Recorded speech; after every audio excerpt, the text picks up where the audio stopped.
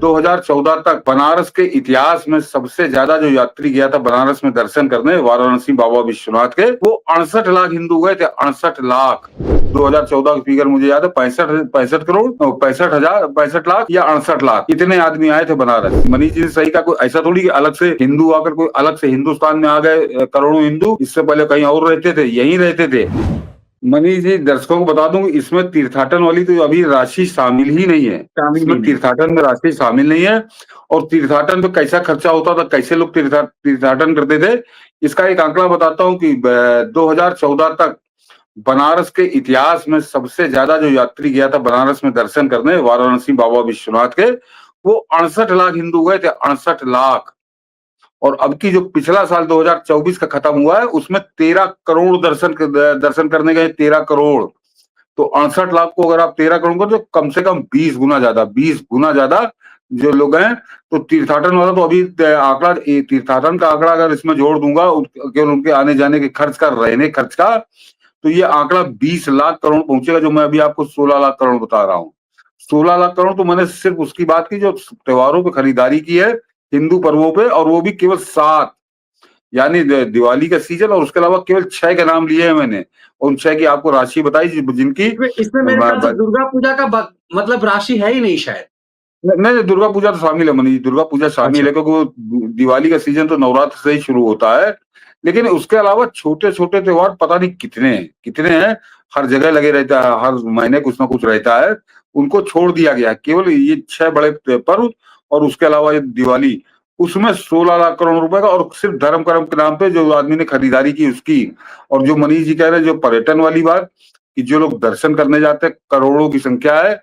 और मैंने कहा अंतर कितना आया है 2013-14 में, कि 2014 की फिगर मुझे याद है, 65 करोड़, 65 लाख या 68 लाख, इतने आदमी आए थे बनारस 2013-14, यानी 13 मान लीजिए।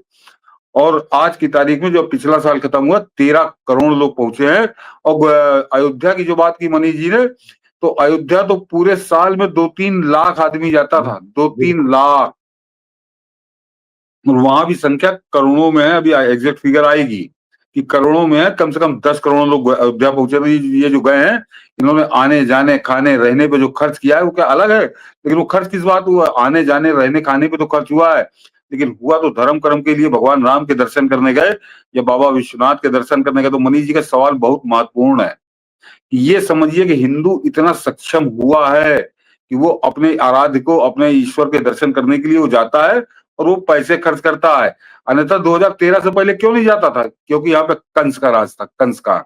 यहाँ पे उन रावणों का राज था जो जाकर अदालत में हलफनामा देते थे कि भगवान राम का तो कोई अस्तित्व ही नहीं, तो पूरी है, कल्पना है, गप है ये उसका पीछे कारण ये था। और आज की तारीख में मनीष जी ने सही कहा, कोई ऐसा थोड़ी कि अलग से हिंदू आकर कोई अलग से हिंदुस्तान में आ गए करोड़ों हिंदू। इससे पहले कहीं और रहते थे, यहीं रहते थे। लेकिन ऐसी परिस्थितियां पैदा कर दी गई थी कि अपने धर्म को बड़ा वो संकोच से देखते थे। उनको लगता था कि अगर मैंने हिंदू कह दिया अपने आप को, तो मैं सबसे गिरा हुआ व्यक्ति समझा जाऊंगा, मैं बड़ा बैकवर्ड समझा जाऊंगा, मैं बड़ा कट्टर समझा जाऊंगा। ये कांग्रेसियों ने ऐसा माहौल बनाया था। और कोई 10 साल में नहीं, ये इन्होंने बड़ी कोशिश करके 70 साल में ये माहौल बनाया था। और प्रधानमंत्री मोदी ने क्या बदला, इसलिए मैं उस आदमी को अगर श्रेय ना दूं तो दूं किसको?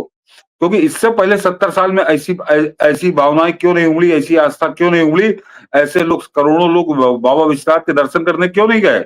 भगवान, तो ये मोदी का ही मैजिक है कि आज की तारीख में बाजार का मैंने बता दिया कि जितना इनका बजट था 2013-14 का 16,65,000 करोड़, उतना केवल त्योहार पे खर्चा किया हिंदुओं ने किया। तो हिंदुओं को कितना सशक्त किया है, कितने निचले तबके से ये आंकड़ा बता रहा है। न सतीश मिश्रा बता रहे हैं, न मनीष ठाकुर बता रहे हैं।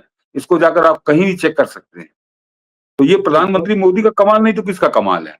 भले ये गाली बक रहे हैं, ये जो लठैत घूम रहे हैं यूट्यूब पे, इनसे जरा पूछिए कि तुमको 2013 से पहले क्यों नहीं सूझा था ये?